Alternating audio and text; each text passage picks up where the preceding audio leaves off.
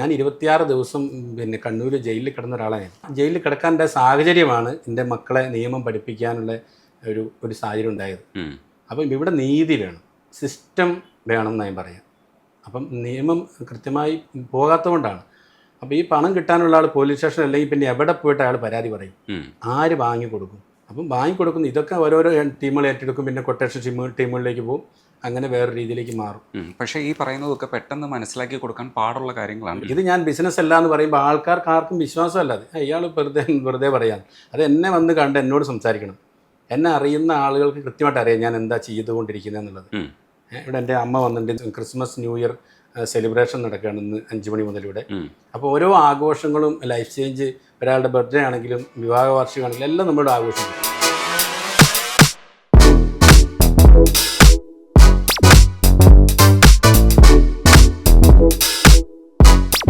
ഇത് കഫേ, ഇതാണ് നമ്മുടെ ഇവിടുത്തെ വരുന്നവർക്കുള്ള ന്യൂട്രീഷൻ ഡയറ്റിന് ഫുഡ് മുഴുവൻ ഇവിടെയാണ്. ഇവരൊക്കെ സെറ്റായി വന്നേക്കുന്നത് ശരിക്കും ക്രിസ്മസിന്റെ ഭാഗമായിട്ടാണോ? അതെ അതെ അതെ. എല്ലാ ദിവസവും ഇവിടെ ഉണ്ടാവോ? ഇതെൻ്റെ ഭാര്യ ബിൻസി, മൂത്ത മകള് ഗ്ലോറിയ, രണ്ടാമത്തെ മകള് ഏഞ്ചല്, ഇതെൻ്റെ അമ്മ, ഇതെൻ്റെ ജ്യേഷ്ഠൻ്റെ മകള് അന്ന, പിന്നെ എൻ്റെ ഒരു മോനും കൂടി ഉണ്ട്, സാംസൺ, അവൻ താഴെയുണ്ട്, വർക്കലാണുള്ളത്. ഇവിടെ ന്യൂ ഇയർ ക്രിസ്മസിന്റെ സെലിബ്രേഷൻ നടക്കുകയാണല്ലോ. അപ്പോൾ ഇവരൊക്കെ എപ്പോഴും ഇവിടെ ഉണ്ടാവും. ഇത് നമ്മൾ മായ നമ്മുടെ കഫേയിൽ എപ്പോൾ വന്നാലും നിങ്ങൾക്ക് ചായ കിട്ടും, എല്ലാം കിട്ടും. ശരിക്കും നിങ്ങളൊക്കെ പഠിക്കാൻ പുറത്തൊക്കെ പോവാതെ ഇവിടെ അച്ഛനുമായിട്ട് കൂടാൻ പോവാണെന്നൊക്കെയാണ് അച്ഛൻ പറഞ്ഞത്. ശരിക്കും സത്യമാണോ? എല്ലാവരും പുറത്തോട്ട് പോയിട്ടുണ്ടെങ്കിൽ ഇവിടെ ജോലി എടുക്കാനും കുറച്ച് ആൾക്കാർ വേണ്ടേ. അപ്പോൾ സോഷ്യൽ കമ്മിറ്റഡ് ആയിട്ട് ഞാൻ സിവിൽ സർവീസിലാണ് പഠിക്കുന്നത്. പക്ഷെ ഓപ്പർച്യൂണിറ്റീസിന് വേണ്ടി നമുക്ക് പുറത്ത് പോവേണ്ടി വരില്ലേ? വേണ്ട, എല്ലാവരും പുറത്ത് പോയി ഇവിടെ വീട്ടില് പാരന്റ്സിന് ഇവിടെ നിൽക്കാൻ ആരിലൊക്കെ വേണ്ടേ. മോനെ എന്താണ് ഈ ഇവിടുത്തെ പരിപാടികളിലൊക്കെ കൂടുന്നുണ്ടെന്നാണ് പറയുന്നത്. 2 മക്കളും ഭയങ്കര സപ്പോർട്ടാണെന്നാണ് പറയണത്. ശരിയാണോ? എന്തൊക്കെയാ ഇവിടെ ചെയ്യണേ? ചില ദിവസം ക്ലീനിങ് സ്റ്റാഫ് ഒന്നും ഇല്ലാത്ത സമയത്ത് ഞങ്ങളാണ് ഇവിടെ ക്ലീൻ ചെയ്യുന്നത്. മോശമാണ് കേട്ടാ, പിള്ളേരെ കൊണ്ട് പണിയെടുപ്പിക്കുകയാണല്ലേ. എന്നിട്ട് പിന്നെ ആരെങ്കിലും ഒക്കെ ഇല്ലാതാകുമ്പോൾ ഞങ്ങളാണ് ഇവിടെ ഹെൽപ്പ് ചെയ്യുന്നത്. പിന്നെ ക്ലാസ്സില്ലാത്ത മിക്ക ദിവസം ഞങ്ങൾ ഇവിടെ തന്നെയാണ് എല്ലാവരും. അപ്പൊ ഇവിടെ അങ്ങ് കൂടുകയാണ്, ചായ കുടിച്ച ഇവിടെ അങ്ങ് കൂടാല്ലേ. നല്ല പരിപാടിയാണ്. പഠിത്തത്തിനൊപ്പം ഇതൊക്കെ കൊണ്ടുപോകുന്ന കാണുമ്പോൾ നമുക്കൊരു സന്തോഷമുണ്ട്. അതുകൊണ്ടാണ് ഞാൻ കൂടുതൽ ചോദിച്ചത്. ശരിക്കും കുട്ടികൾ അതിനകത്ത് പങ്കെടുക്കുന്നുണ്ടോ, അത് വെറുതെ പറയണമെന്ന് ചോദിച്ചു. അപ്പൊ അച്ഛൻ ഉറപ്പിച്ചു പറഞ്ഞു ഇല്ല, അവരുടെ സഹായം ഉണ്ടെന്ന് പറഞ്ഞു. അപ്പൊ അത് അടിപൊളി. ഇപ്പൊ ചായ കുടിക്കാല്ലേ? ശരിക്കും ഈ കഫേയില് ഈ ഡയറ്റ് അനുസരിച്ചുള്ള ഫുഡ് മാത്രം കൊടുക്കാനാണോ ഉദ്ദേശിക്കുന്നത്? അതെ, നമുക്ക് ഇവിടെ ഡയറ്റീഷ്യൻ ഉള്ളത് കൊണ്ട് തന്നെ ഇവിടെ ഡയറ്റിംഗ് ഫുഡ് കൊടുക്കുന്നുണ്ട്. ഇത് പ്രിഫർ ചെയ്യുന്നവർക്ക് നമ്മൾ ഡയറ്റിംഗ് ഫുഡ് കൊടുക്കുന്നുണ്ട്. അതിപ്പം നൈറ്റ് ആണേലും പകലാണേലും വന്ന് ചോദിക്കുന്നവർക്ക് നമ്മൾ കൊടുക്കാറുണ്ട്. Always keep your chest out, shoulder down and maximum wide. കൈ മാക്സിമം സ്ട്രൈറ്റ് ആയിട്ട് തന്നെ വരണം. ഓക്കെ, ഞാൻ വരികയാണെങ്കിൽ എന്നെ ഒന്ന് കുറച്ചുകൂടെ ഒന്ന് ഒതുക്കി നന്നായിട്ട് എടുക്കാൻ വേണ്ടിയിട്ട് എത്ര സമയം എടുക്കും? നിങ്ങൾ ഒരു 3 മാസം കൊണ്ട് നിങ്ങൾ ചലഞ്ച് ചെയ്ത് വരികയാണെങ്കിൽ നിങ്ങൾക്ക് കൃത്യമായിട്ട് ഇപ്പം നിലവിൽ ഞാൻ പറഞ്ഞില്ല ആള് ക്ലിയർ ആണ്. പക്ഷെ ഇതിനകത്ത് വരേണ്ട ചെസ്റ്റ് ഷേപ്പ് വരണം, ഷോൾഡർ, ബൈസ്, ട്രൈസ് എന്നുള്ള ഈ ഭാഗങ്ങളൊക്കെ ഒന്ന് ഷേപ്പ് വന്നാൽ വേറെ ഒന്നും ചെയ്യാനില്ല. അങ്ങനെ ഒരു ചലഞ്ച് ഉണ്ടോ ഇവിടെ? ചലഞ്ച് ഉണ്ട്. 30, 90 ആളുകളുടെ ഇതിനനുസരിച്ച് നമ്മളാ ചലഞ്ച് കൊടുക്കുന്നത്. ഞാൻ ഈ പറഞ്ഞ കാര്യം 3 മാസം കൊണ്ട്, ഞാൻ 90 ദിവസം കൊണ്ട് ഞാൻ നിങ്ങൾക്ക് പറഞ്ഞ ആ ഒരു ചേഞ്ച് ഞാൻ വരുത്തി തരും. ഈ ലൈഫ് ചേഞ്ചിനെ കുറിച്ച് പറയുമ്പോൾ സ്ട്രെസ് മാനേജ്മെൻറ്റ് നമ്മൾ പ്രധാനപ്പെട്ട ഏരിയ ആണ്.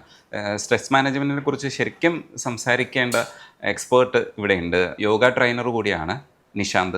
പല രീതിയിൽ സ്ട്രെസ് ആരോഗ്യത്തെ ബാധിക്കും. ഈ തരത്തിലുള്ള പഠനങ്ങൾ ഒരുപാട് നടക്കുന്നുണ്ട്. ശരിക്കും ഇവിടെ വരുന്നവരെയൊക്കെ ഇത് കൃത്യമായി ബോധ്യപ്പെടുത്താൻ പറ്റുമോ? തീർച്ചയായിട്ടും. നമ്മൾ ജിമ്മിൽ വർക്കൗട്ട് ചെയ്യുമ്പോൾ അവരുടെ ഡോപ്പമൈൻ, ഹാപ്പി ഹോർമോൺ എന്ന് പറയുന്ന ഡോപ്പമൈൻ, ഓക്സിറ്റോസിൻ, ഇതൊക്കെ ആക്റ്റീവ് ആവും, കൂടും. അതോടൊപ്പം സ്ട്രെസ് ഹോർമോൺ എന്ന് പറയുന്ന അഡ്രിനാലിൻ കുറയുകയും ചെയ്യും. അപ്പോൾ അഡ്രിനാലിൻ കുറയുമ്പോൾ നമുക്ക് സ്ട്രെസ് കുറയും. സ്ട്രെസ്സിനോടൊപ്പം കുറേ ഒരു പാക്കേജാണ് സ്ട്രെസ് എന്ന് പറയുന്നത്. അതോടൊപ്പം നമുക്ക് ഗ്യാസ്ട്രിക് അസുഖങ്ങൾ ഉണ്ടാവാം, അസിഡിറ്റി ഉണ്ടാവാം, മൈഗ്രെയിൻ ഉണ്ടാവാം. അപ്പോൾ ഇതൊരു പാക്കേജാണ്. മൈൻഡ് കാമായിട്ട് സ്ട്രെസ് ഇല്ലാത്ത അവസ്ഥയാണെങ്കിൽ നമുക്കൊരിക്കലും ഈ ഒരുപാട് അസുഖങ്ങൾ നമുക്ക് മാറ്റി നിർത്താൻ പറ്റും. ചില രീതിയിൽ നമ്മൾ ചില ആസനങ്ങൾ കൊടുക്കുന്നു, പ്രാണായാമം കൊടുക്കുന്നു, ഗൈഡഡ് ആയിട്ടുള്ള മെഡിറ്റേഷൻ കൊടുക്കുന്നു, മുദ്രകൾ കൊടുക്കുന്നു, ഇതൊക്കെ കൊടുക്കുമ്പോൾ ക്രിയകൾ കൊടുക്കുന്നു.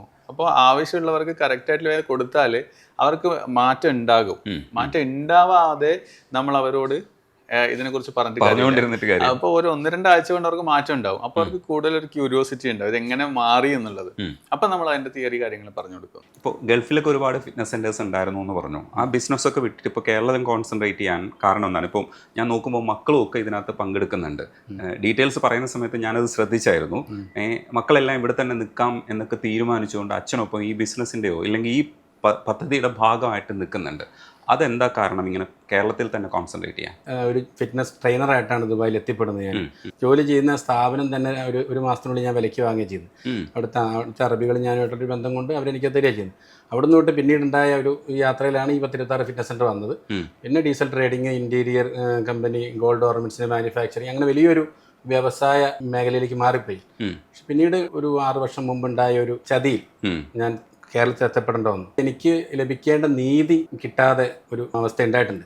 അപ്പം അതുകൊണ്ട് ഇപ്പം എൻ്റെ മക്കളും എൻ്റെ ഭാര്യയും കുടുംബമൊക്കെ, എൻ്റെ അമ്മ, ജ്യേഷ്ഠൻ എല്ലാം എന്നോടൊപ്പം തന്നെയുണ്ട്. നമ്മൾ തമ്മിൽ സംസാരിക്കുന്ന സമയത്ത് ഈ ആൾക്കാരുടെ തർക്കങ്ങൾ പരിഹരിക്കുക എന്ന് പറയുന്ന ഒരു പോയിന്റ് അത് ഇവിടെ വെച്ച് ചെയ്യാറുണ്ടെന്ന് പറഞ്ഞു. നമ്മളൊരു ജിം സെറ്റപ്പിൽ കാണുന്ന ഒരു പരിപാടിയിൽ ഇങ്ങനെ ഒരു സാധനം ഇൻകോപ്പറേറ്റ് ചെയ്തപ്പോൾ എനിക്കത് കൗതുകം തോന്നി. ആൾക്കാരുടെ തർക്കങ്ങൾ പരിഹരിക്കാൻ ഇവിടെ ഒരുപാട് നിയമ സംവിധാനങ്ങളുണ്ടല്ലോ. നമ്മുടെ രാജ്യത്ത് നിയമങ്ങളുണ്ട്. ഇപ്പോൾ കാപ്പ് പഞ്ചായത്തുകൾ പോലുള്ള സംവിധാനങ്ങൾ നമ്മളിപ്പോഴും എതിർക്കാറുള്ളതാണ്. അങ്ങനത്തെ പരിപാടികൾ, അങ്ങനെ ബോഡികളൊന്നും പാടില്ല, നിയമപരമായി പോകണം. ഇത് യഥാർത്ഥത്തിൽ എന്താണ്? നിയമത്തിന് സഹായം ചെയ്യുകയാണോ? അതായത് സാമ്പത്തികമായിട്ട് കോടതികളിൽ പോയിട്ട് കേസ് തീർക്കാൻ കഴിയില്ലാത്ത ആൾക്കാരുണ്ടാവും. രണ്ടുപേർ തമ്മിലൊരു വിഷയമുണ്ടെങ്കിൽ അത് പറഞ്ഞു തീർക്കാൻ ഒരാൾ വേണം. തർക്ക പരിഹാര സെൽ എന്ന് പറഞ്ഞ സംവിധാനമാണ് ഞാനിവിടെ ചെയ്യുന്നത് ശരിക്കും. പിന്നെ ഇവിടെ തന്നെ വരുന്നവരുടെ ഒരുപാട് ഫാമിലീസ്. അതൊരു സംഘടനയായിട്ടാണോ ചെയ്യണേ? അല്ല, ഒരു സംഘടനയുണ്ട്. IBA എന്ന് പറഞ്ഞൊരു സംഘടന എനിക്കുണ്ട്. IBA investors builders brokers association. ഞാൻ അതിൻ്റെ സംസ്ഥാന പ്രസിഡന്റാണ്. പക്ഷെ അത് മുഖാന്തരമല്ല, ഞാനൊരു മനുഷ്യൻ എന്നുള്ള രീതിയിലുള്ള ഒരു കാര്യം. അത് കോടതിക്കും പോലീസിനും ഒന്നും എതിരായിട്ടല്ല ചെയ്യുന്നത്. കാരണം നിങ്ങൾ രണ്ടുപേരും ഒരു വിഷയമായിട്ട് വരുന്നു, അത് രണ്ടുപേരെയും സംസാരിച്ച് ആ വിഷയം ക്ലോസ് ചെയ്ത് സന്തോഷത്തോടെ അവരെ ചേർത്ത് വിട്ട് പറഞ്ഞയക്കുന്നു. ഒരുപാട് അതിർതർക്കങ്ങളായിക്കോട്ടെ, ഇല്ലെങ്കിൽ പണമിടപാടായിക്കോട്ടെ, ഇല്ലെങ്കിൽ ദാമ്പത്യ പ്രശ്നങ്ങളായിക്കോട്ടെ, അങ്ങനെയുള്ള വിഷയങ്ങളൊക്കെ നിരന്തരം ഇടപെടുന്നുണ്ട്. എനിക്കൊരു ദിവസം 10-15 പേരെങ്കിലും മിനിമം എന്നെ കാണാൻ വരുന്നതും സംസാരിക്കുന്നതൊക്കെ ഉണ്ട്. അപ്പോൾ അതൊരു സോഷ്യൽ കമ്മിറ്റ്മെന്റിന്റെ ഭാഗമായിട്ട് ഞാൻ ചെയ്തു പോകുന്നു മാത്രമേ ഉള്ളൂ. ഇതൊക്കെ നിന്ന് പോകാൻ വേണ്ടിയിട്ട് ഒരു സാമ്പത്തികാവസ്ഥ വേണം. ഇപ്പൊ തന്നെ ഇത് വലിയൊരു ജിമ്മാണ്. ഇത് കാണുമ്പോൾ നമ്മൾ സാധാരണ ജിമ്മിനെ പോലെ സ്ക്വയർ ഫീറ്റ് കുറഞ്ഞ ഒരു ജിമ്മല്ല, വലിയ ഫെസിലിറ്റീസ് കൊടുത്തു തന്നെ ഇത് ചെയ്യുന്നുണ്ട്. അപ്പൊ ഇതിനൊക്കെ ഒരു ഇൻവെസ്റ്റ്മെന്റ് വേണം. ഇതൊക്കെ എങ്ങനെയാണ്? എനിക്ക് ഇൻവെസ്റ്റേഴ്സ് ഉണ്ട്. അതിന് ഇൻവെസ്റ്റേഴ്സ് ഉണ്ട്. പക്ഷെ ഞാൻ ഈ ചെയ്യുന്ന പരിപാടികളുമായിട്ട്, അതായത് സെറ്റിൽമെന്റ് ഇല്ലെങ്കിൽ ആളുകളെ വിഷയങ്ങൾ പറഞ്ഞ് അവസാനിപ്പിക്കുന്നതുമായിട്ട് ബന്ധപ്പെട്ടൊന്നും ഞാൻ ഇതുവരെ, എനിക്ക് തോന്നുന്നു ഞാനൊരു 10-17 വർഷമായി ഞാൻ ഇത് ചെയ്തുകൊണ്ടിരിക്കുന്നു. ഈ വിഷയങ്ങൾ തീർക്കുന്ന ഒരു കാര്യങ്ങളിൽ നിന്നുകൊണ്ടിരിക്കുന്നു. ഒരാളുടെ അടുത്തൊന്നും 1 രൂപ വാങ്ങുകയോ ഒരു ചായ വാങ്ങി കുടിക്കുന്ന പരിപാടി ചെയ്തിട്ടില്ല. ഞാൻ പറഞ്ഞില്ലേ, മനുഷ്യനാണ്, സഹജീവികളുടെ കരുണ ഉണ്ടാകണം. അവൻ്റെ വിഷമം എൻ്റെയും വിഷമമാണ്. അതായത് വയനാട് മാത്രമല്ല പ്രളയം വരിക, മുല്ലപ്പെരിയാറും ചിലപ്പോൾ സംഭവിക്കാം. അപ്പോഴും നമ്മുടെ മുറ്റത്ത് മാത്രം വെള്ളം വരുമ്പോഴേ എനിക്ക് വിഷയമുള്ളൂ എന്ന് വിചാരിക്കരുത്. അതായത് അവൻ്റെ വീട്ടിലെ പിന്നെ മൂക്ക് ക്യാൻസറാണ്, ഇല്ലെങ്കിൽ ആ കുട്ടിയെ പീഡിപ്പിച്ചു, അവളെ തട്ടിക്കൊണ്ടുപോയി എന്നൊക്കെ പറയുമ്പോൾ നമ്മളിങ്ങനെ നോക്കി നിൽക്കുകയാണ്.